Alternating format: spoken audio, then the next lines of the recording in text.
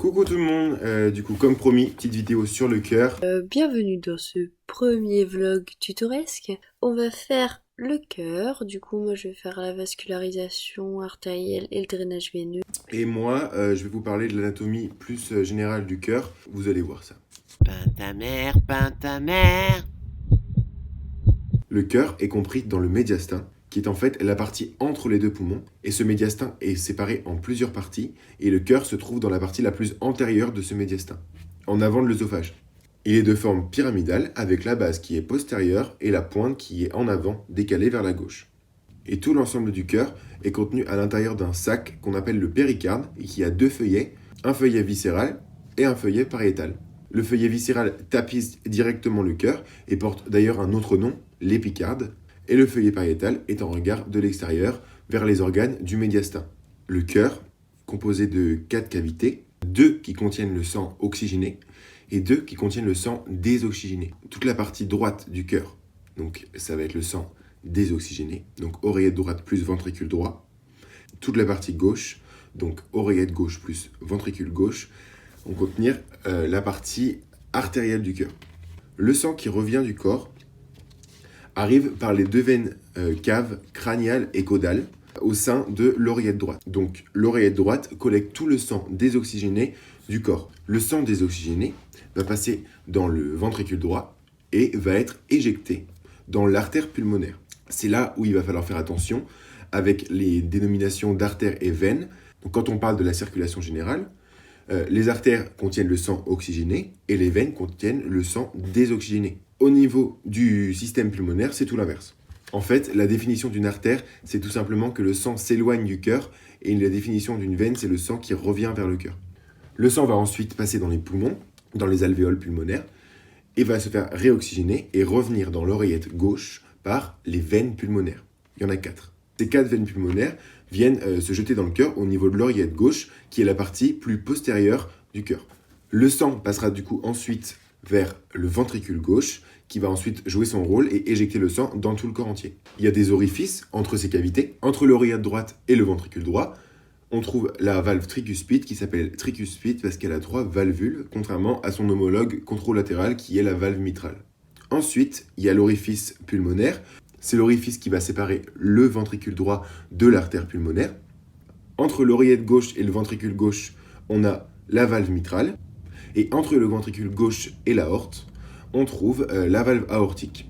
Lorsqu'on s'intéresse aux valves ventriculo-artérielles, donc les valves qui séparent les ventricules des artères, donc l'aorte et l'artère pulmonaire, on se rend compte que les cuspides, donc les petites valvules qui composent les deux valves, sont orientées de façon différente. L'orifice pulmonaire se trouve en avant de l'orifice aortique. Et du coup, j'avais un petit moyen mnémotechnique pour savoir comment étaient orientés ces cuspides. C'était juste ça.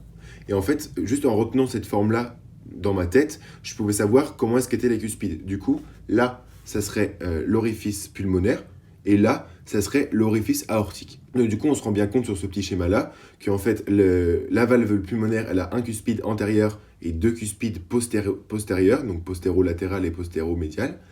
Et la valve aortique, elle a une cuspide postérieure et 2 cuspides antérieures, donc médial et latéral, pareil. Quand on s'intéresse à l'intérieur de l'oreillette droite, on se rend compte qu'il y a plein de choses à décrire à l'intérieur.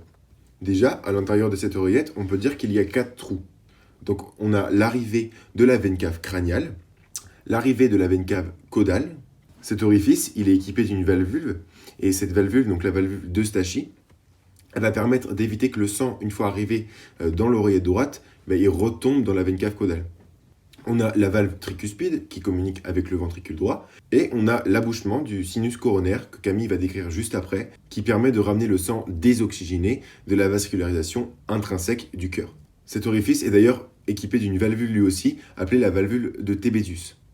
On peut regarder aussi l'aspect de la paroi. Entre les deux orifices d'abouchement des veines caves, donc crâniales et caudales, on observe un petit relief qu'on appelle la crête terminale. Au niveau de la paroi médiale, on trouve un relief fibreux. C'est décrit comme étant un anneau semi-lunaire.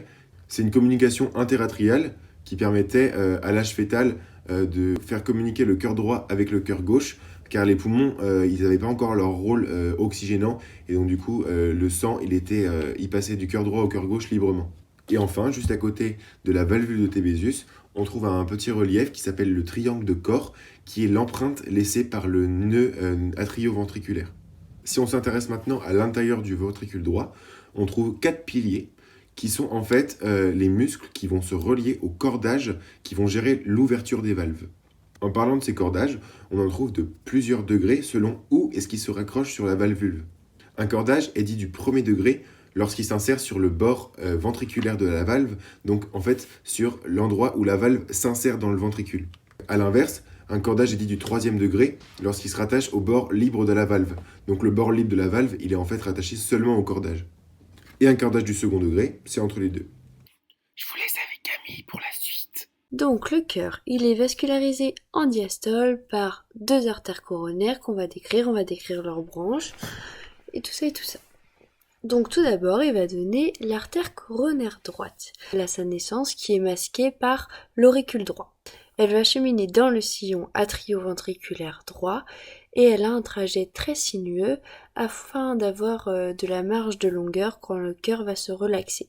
Elle est recouverte de franges graisseuses pour la protéger.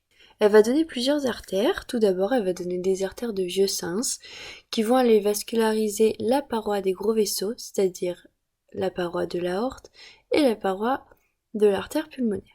Ensuite, elle va donner des artères atriales droites, donc qui vont vasculariser l'oreillette droite. Et ces artères atriales droites, elles vont être orientées vers le haut et l'arrière, puisqu'elles naissent de la coronaire droite, qui est dans le sillon atrioventriculaire. Donc pour aller vers l'atrium, il faut aller en arrière et vers le haut, puisque le cœur est orienté en bas, en avant et à gauche.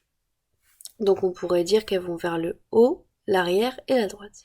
Ensuite, donc ces artères atriales, il y en a quelques-unes qui vont être destinées à vasculariser le nœud sinusal, et ces artères qui vont aller vasculariser le nœud sinusal, elles ont été décrites par Bianchi. Donc on les appelle les artères de Bianchi.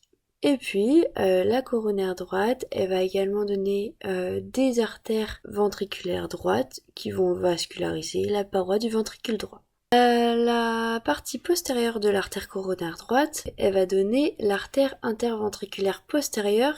Donc l'artère interventriculaire postérieure, elle va donner des branches septales qui vont perforer le septum interventriculaire et qui vont donc vasculariser le tiers postérieur du septum interventriculaire. Cette artère interventriculaire postérieure, elle va aussi donner tout simplement des branches ventriculaires. Puis, quand la coronaire droite est prédominante à sa partie postérieure, elle va donner l'artère rétroventriculaire gauche qui va cheminer dans le sillon atrioventriculaire gauche, au niveau postérieur du cœur. Donc, ensuite, l'aorte, elle va aussi donner l'artère coronaire gauche. Cette artère coronaire gauche, elle va naître donc juste en arrière de la naissance de l'artère pulmonaire et juste en avant de la naissance de l'aorte. Elle va avoir un tronc commun, tout d'abord de 1 à 2 cm, qui va donner des artères de vieux sens pour vasculariser la paroi de l'aorte et de l'artère pulmonaire. Puis elle va se diviser en 2 branches très importantes. Elle va se diviser en artère circonflexe et en artère interventriculaire antérieure. L'artère circonflexe, elle va cheminer dans le sillon atrioventriculaire gauche en avant, et elle va se poursuivre en arrière. Elle va s'anastomoser avec l'artère rétroventriculaire gauche, qui existe ou non. Donc cette artère circonflexe, elle va donner des artères atriales gauches qui vont vasculariser l'oreillette gauche. Elle va aussi donner des artères ventriculaires gauches pour le ventricule gauche, mais au niveau de ses parois latérales et postérieures. Et enfin, l'artère circonflexe donne aussi des artères de Bianchi pour la vascularisation du nœud sinusal. Donc, l'artère coronaire gauche, elle donne également l'artère interventriculaire antérieure qui va cheminer dans le sillon interventriculaire sur la paroi antérieure du cœur. Cette artère aussi, elle va être très sinueuse pour une marge de longueur quand le cœur se relaxe et elle va s'anastomoser vers la pointe à peu près avec l'artère interventriculaire postérieure. Donc elle va donner plusieurs branches, cette artère interventriculaire antérieure. Elle va tout d'abord donner une artère qui est destinée au cœur droit. Elle est donnée à peu près au début de l'artère interventriculaire antérieure. Elle va vasculariser l'infundibulum, soit la chambre de chasse artérielle du ventricule droit. L'interventriculaire antérieure, elle va aussi donner des artères diagonales. Ces artères diagonales, elles vont vasculariser la paroi du ventricule gauche. Il y en a beaucoup au niveau de toute la longueur de l'interventriculaire antérieur. Et la première artère diagonale, elle naît au niveau de la division du tronc commun en artère circonflexe et en interventriculaire antérieure. Donc si cette première artère diagonale est grosse, on va parler de trifurcation, parce que ça fera un truc comme ça. Et enfin, l'artère interventriculaire antérieure, elle va donner des artères septales, comme l'interventriculaire postérieure, sauf que ces artères septales, elles vont vasculariser les 2/3 antérieurs du septum interventriculaire. La première artère septale, elle va aussi vasculariser le tronc du faisceau de His et le nœud atrioventriculaire. Et la deuxième artère septale, elle va aussi vasculariser la branche gauche du faisceau de His. Le cœur, il va être drainé par des veines qui vont toutes se jeter dans le sinus coronaire. Le sinus coronaire, c'est une dilatation veineuse qui fait environ 2 à 3 cm.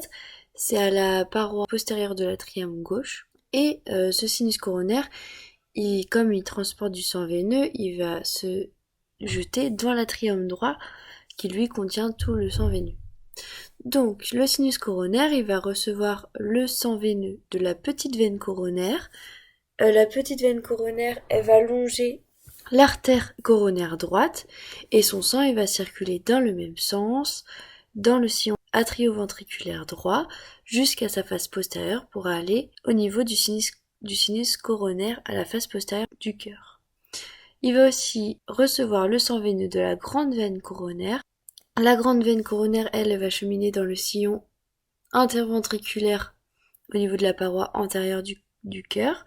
Elle va longer l'artère interventriculaire antérieure, puis l'artère circonflexe, et se jeter dans le sinus coronaire. Donc le sang veineux dans cette grande veine coronaire va circuler dans le sens inverse que le sang artériel au niveau de l'interventriculaire antérieur. Le sinus coronaire va aussi recevoir le sang veineux de la veine interventriculaire postérieure qui va cheminer donc le long de l'artère interventriculaire postérieure, et il reçoit aussi le sang de la veine de Marshall qui est au niveau de l'oreillette gauche qui va drainer donc le sang de l'oreillette gauche. Pour terminer cette vidéo, on va s'intéresser à comment est-ce que le cœur se contracte de façon automatique. Donc pour ça, il faut tout d'abord savoir que le cœur, il est composé de 2 types de cellules. Les cardiomyocytes contractiles, qui sont les cellules qui font bouger le cœur, et d'un deuxième type de cardiomyocytes d'un type particulier, qui vont servir à conduire le signal électrique. Il n'y a donc pas à proprement parler de nerf dans le cœur qui fait circuler le signal électrique. On a donc un signal électrique qui va être généré de façon régulière. La genèse de ce signal, elle se fait dans le nœud sinu-atrial, qui aussi s'appelle nœud de Keith-Flack. C'est là que le signal prend naissance à un rythme à peu près de 80 battements par minute au repos. Ce nœud se trouve dans la paroi de l'oreillette droite, au niveau de l'abouchement de la veine cave crâniale. Ce signal va parcourir ensuite la paroi du ventricule droit jusqu'au nœud de Hashov-Tabara, ou le nœud atrioventriculaire, et qui se trouve, on l'avait vu juste avant, au niveau du relief du triangle de Corr. Ensuite, le signal emprunte le faisceau de His, qui se trouve entre les 2 ventricules, ou septum interventriculaire, et ce faisceau il va se diviser en 2 branches, une branche droite et une branche gauche. La branche droite va être donc destinée au ventricule droit et va passer dans une zone spéciale qu'on appelle la trabécule septomarginale.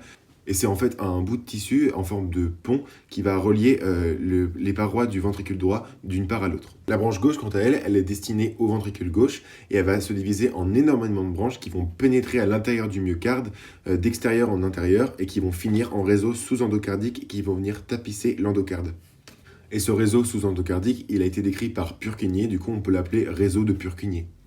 Selon les besoins du corps, le cœur il va avoir besoin de battre plus ou moins vite. Et c'est le système nerveux végétatif qui va s'occuper de ça et qui va agir sur le premier nœud de la chaîne, le nœud sinu-atrial de Keith-Flack. Le système orthosympathique, via la chaîne orthosympathique latérovertébrale, il va avoir pour effet d'accélérer la fréquence cardiaque, alors que le système parasympathique, qui vient du nerf vague, va avoir pour effet de ralentir la fréquence cardiaque. Mais il faut bien garder en tête que ces 2 nerfs, soit orthosympathiques, soit parasympathiques, s'arrêtent au début du cœur. Et donc du coup, ils ne pénètrent pas dans le cœur, c'est ensuite le réseau myocardique qui fait le relais. Et voilà, c'est la fin de la vidéo. J'espère que ça vous a plu, que vous avez bien pu comprendre des choses. J'espère que vous avez compris. Vous pouvez revisionner cette vidéo. Si jamais vous en voulez d'autres, n'hésitez pas à nous le dire. Puis en attendant, je vous souhaite de bien travailler et je vous envoie plein de courage pour ce confinement super. Bisous! Et bisous, j'espère que vous révisez bien et que vous êtes bien confinés et que vous n'êtes pas malade.